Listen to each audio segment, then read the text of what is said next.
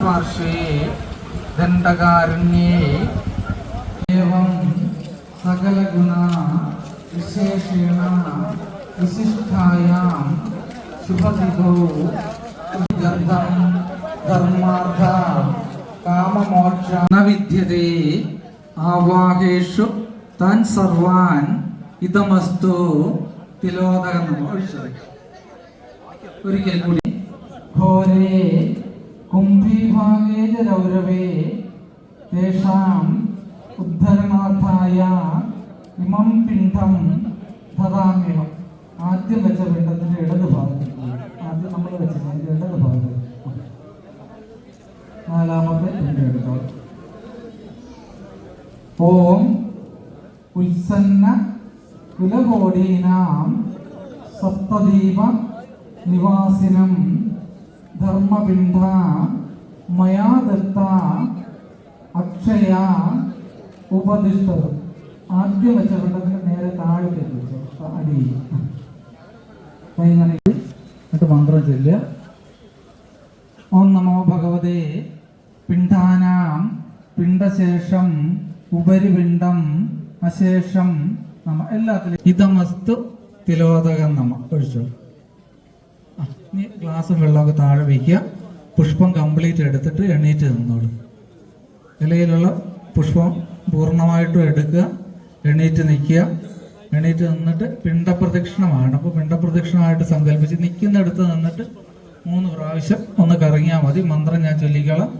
ഓം യാനികാനി ജപാപാനി ജന്മാന്തര കൃതാനി ച താനി താനി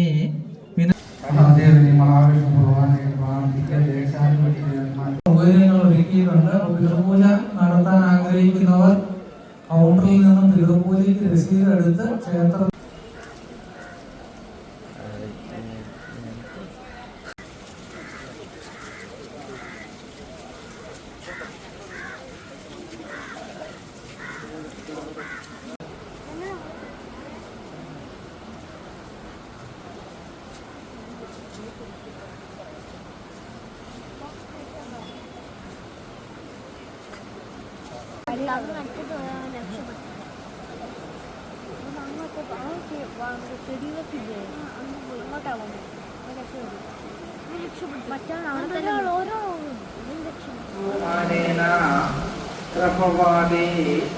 षष्टि संवत्सराणां मध्ये विरोधी नाम संवत्सरे दक्षिणायने वर्ष ऋतौ अस्माकं सकुटुम्बानां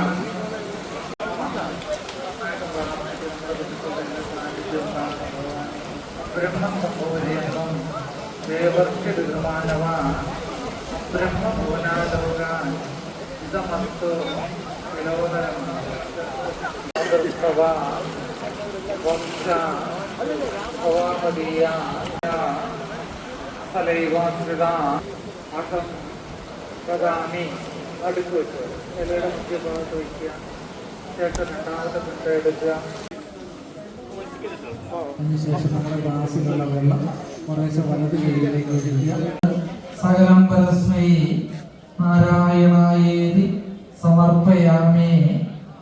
എല്ലാം ഏർപ്പാടാക്കി നടത്തേണ്ടവർക്ക് കൗണ്ടറിൽ